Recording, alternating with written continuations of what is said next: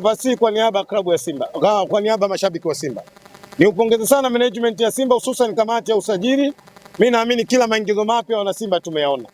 Kazi iliyobakia kwetu sisi kama mashabiki wa Simba, kama wanachama wa Simba, kama wakereketo wa Simba ni kuisupport timu kwa namna ambavyo timu inakwenda kufanikiwa, hususan katika ligi ya NBC. Msemaji amesema, mwenye akili timamu amesikia, na kila mmoja anajua kwamba tayari katika mashindano ya klabu bingwa barani Afrika Simba hatuna chetu kujionea vijana wa mjini. Mashindano yalobaki kwenye ligi ya NBC, mashindano yalobaki ni Azam Federation Cup. Kwa hiyo kimsingi kama wana Simba, target yetu, nguvu zetu, focus yetu, akili yetu ni kuongoza kuipeleka kwenye ligi ya NBC, ambayo mimi naamini kwamba siku ya Jumatano, kwa maana itakuwa tarehe 11, tutakwenda kupambana dhidi ya KMC. Kwa hiyo niwaombe wana Simba, fikra na mawazo ya klabu bingwa barani Afrika tuyaache. Fikra ya mashindano ya kimataifa tuyaache. Kuna msemo wa Swahili unasema iliyopita si ndwele tugange yajayo. Tumebakiwa na mashindano mawili mbele yetu.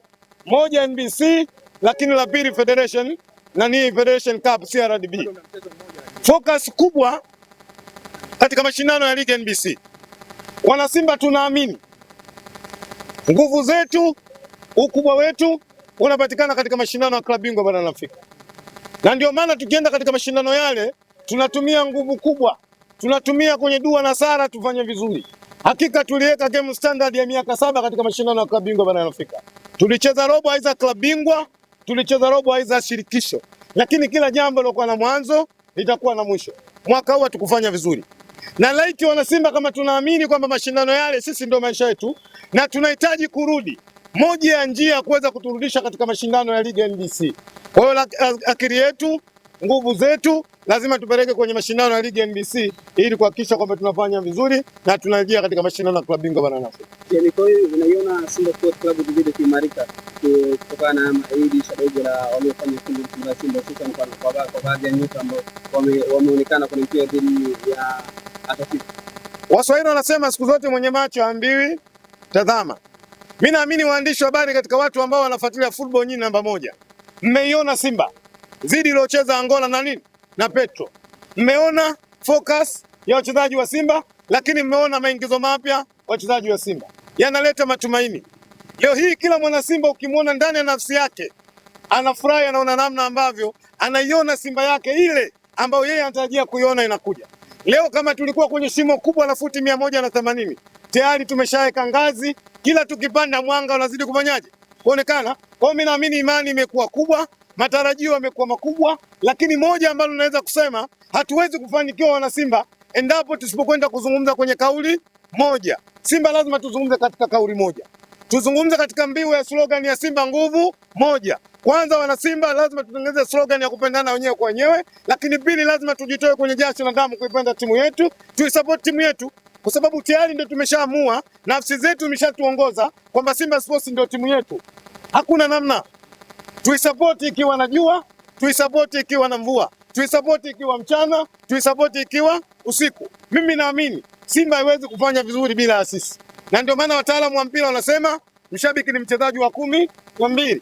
Kwa hiyo niwaombe sana wana Simba, kwa umoja wetu, kwa mapenzi yetu juu ya timu yetu, siku ya Jumatano tukutane katika uwanja wa KMC kwenda kuisupport timu yetu. Mara baada ya mchezo kumalizika ule, nimeona msemaji Ahmed Ali kumwagia maua Loemba na kusema kwamba ni miongoni mwa wachezaji wazuri ambao wamewapata. Umemtazama kwenye ile mechi, wewe unamzungumziaje? Loemba ni mchezaji mzuri, na ndio maana management ya Simba wakamtafuta kaingia naye contract. Lakini kwangu binafsi si Loemba tu, wachezaji wote wapi waliosajiliwa Simba wamekuja kuongeza kitu kikubwa ndani ya Simba, na msemaji anajua hilo. Lakini aliulizwa kuhusu Loemba na ndio maana akajibu kuhusu Loemba.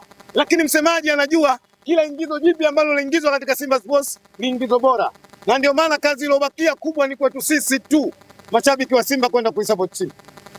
Kisugu, kwa namna moja au nyingine, pengine haya matokeo ambayo mmewapata sare ya 1-1 inaenda kupunguza lile vuguvugu la baadhi ya wana Simba kuwa huku. Siamini kama inakwenda kupunguza kwa sababu Waswahili wanasema kwenye wengi kuna mengi. Na kuna jambo moja ambalo niwaambie waandishi wa habari, wafikisheni wasikilizaji wenu na watazamaji wenu, familia bora ni ile ambayo inaopishana kimawazo. Familia bora ni ile ambayo inaopishana kimawazo. Kama wewe una familia zaidi ya watoto 4 au 5 kwenye nyumba, watoto hawakupi changamoto yote kama baba, basi amini kwamba huna watoto, una maboya.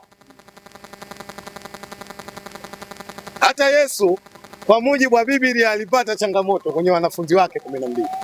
Aliposema angalia sasa yu saa yaja, mwana wa Adamu atasalitiwa, atakayemsaliti ni yule wa kwanza kuchukua mkono wake kuume kutia katika nini? Bakuli la maji. Yuko mwamba mmoja jamani, zamani akachukua mkono wake katia kwenye bakuli la maji.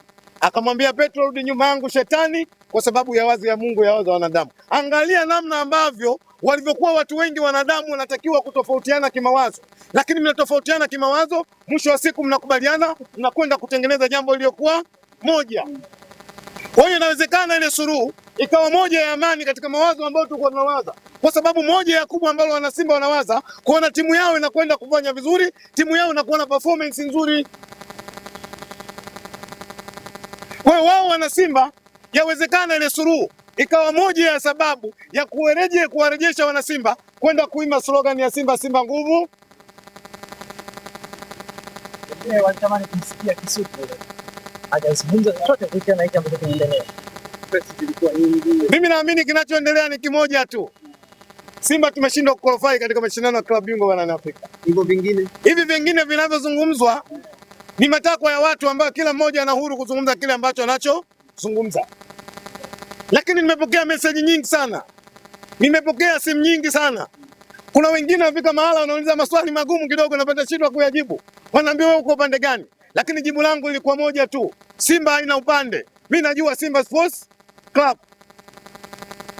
Mimi najua. Kwa hiyo kama mtu alikuwa na upande huo, siwezi kumkataza, kwa sababu mtu akifika umri wa miaka 18 ana mamlaka na maamuzi ya kuamua kile ambacho anachokiona kwake kuwa sahihi. Lakini sehemu aliyokuwa Simba ni sehemu moja tu, sehemu sahihi. Kisugu. Ni Simba Sports Club. Mimi ni Simba na nitaendelea kuisupport nini? Kuisupport Simba. Lakini niseme jambo moja. Yako mambo mengine lazima tuzungumze. Na wala sitaki kuyarejea katika haya, kwa sababu tayari mwafaka ameshapatikana juu ya haya mambo. Mwafaka umeshapatikana. Mwafaka upi? Kwa sababu klabu ikisema ndio tayari, hakuna mtu mwingine haitakiwi kuzungumza jambo lolote katika hilo. Tunaamini management ya Simba iliyokuwa madarakani, management imeshasema, management imeshaamua. Wao ndio tumewapa mamlaka ya kuilinda nembo ya Simba Sports Club. Wameshasema. Mimi sina sababu ya kusema. Lakini jambo moja tunataka niseme. Kuna baadhi watu kila mmoja anazungumza namna ambavyo Mohamed Dewji ndani ya Simba. Leo niwafahamishe watu kwa uchache sana. Mohamed Dewji ana vitu viwili ndani ya Simba. Moja ni mwanachama wa klabu ya Simba, lakini pili ni mwekezaji wa klabu. Binafsi nilimfahamu zamani sana kwenye Simba. Nikiamua kuleta historia yake hapa, naweza tukachukua zaidi ya siku 3 kuzungumzia Mohamed ndani ya klabu Simba. Nizungumze kwa ufupi tu. 2003 Simba tunakwenda kumfunga Zamalek ya Misri.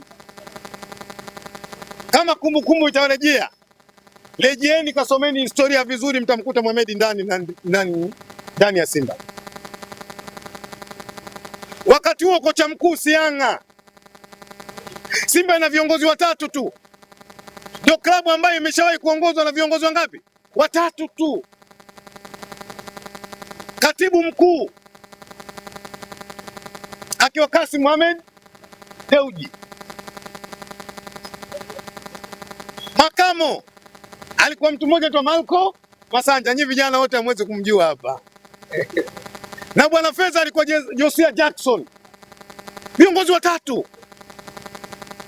Lakini kwa nini walifanikiwa viongozi 3 kwenda kumfunga Zamalek nyumbani kwao? Wakati huo Zamalek ana sifa kuu 3. Zamalek ya Misri. Wale sikia wewe. Unapomzungumzia Zamalek ndio ulikuwa unaizungumzia klabu moja, namba 1 kwa ubora katika bara zima Afrika kwa nyakati zile. Sasa uko sawa sawa?